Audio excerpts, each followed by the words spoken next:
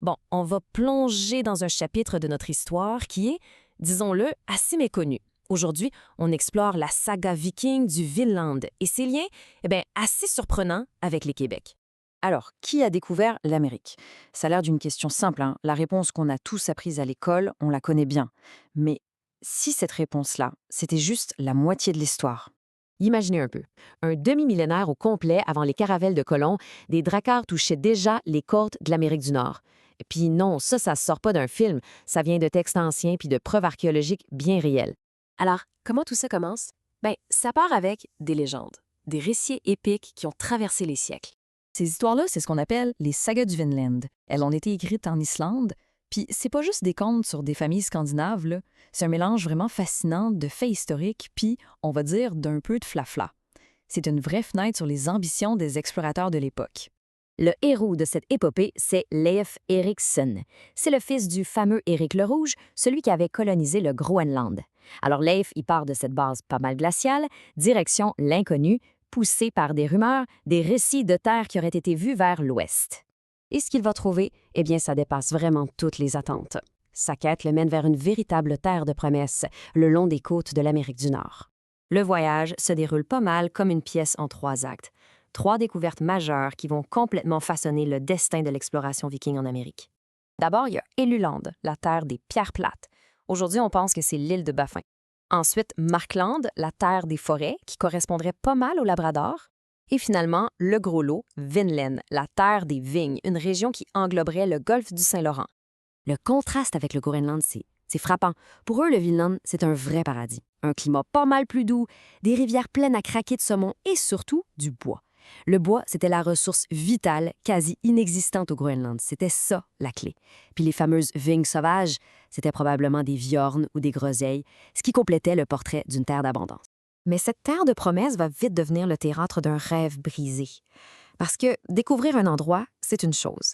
Mais s'y établir, ça, c'est une autre paire de manches. L'expédition de Thorfinn Karlsefni, ça montre vraiment l'ampleur du projet. On parle pas pantoute d'une simple visite. Il a mené quelque chose comme 135 colons, des hommes, des femmes, avec du bétail.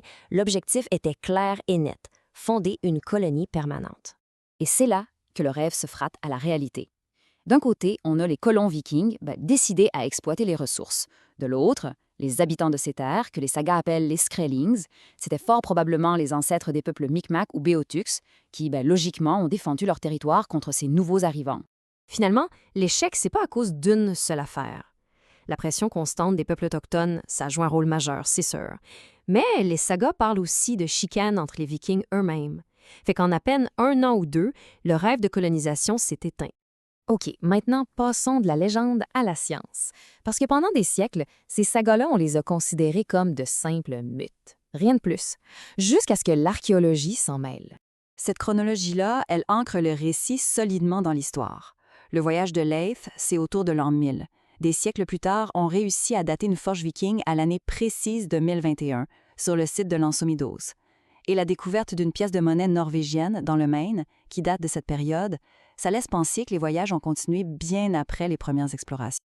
Le site de Lance aux Meadows, à Terre-Neuve, c'est la preuve irréfutable. On y a trouvé des maisons en tourbe, identiques à celles du Groenland et de l'Islande. Une forge, preuve qu'ils travaillaient le fer, une technologie que les Autochtones de l'époque connaissaient pas.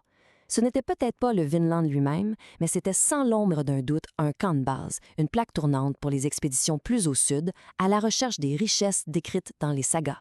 Mais alors, c'est quoi le lien entre cette saga vieille de 1000 ans et notre histoire ici au Québec? La présence viking, c'était pas juste un seul spot. On a la preuve directe à Terre-Neuve. On a trouvé des traces d'ADN qui témoignent de contact sur l'île de Baffin. On a découvert un artefact dans le Maine. Tout ça mis ensemble, ça dessine une sphère d'influence, une zone d'exploration qui s'approche vraiment, vraiment près du Québec. Et vraiment près, c'est à quel point? Le chiffre est assez frappant. 500 kilomètres. C'est la distance qui sépare le seul site viking confirmé en Amérique du Nord de l'entrée du fleuve Saint-Laurent.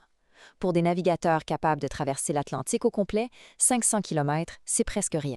Ce qui nous amène à cette question.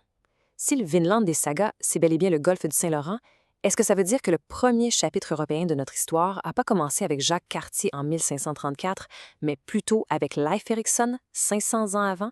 C'est une perspective qui, franchement, change tout.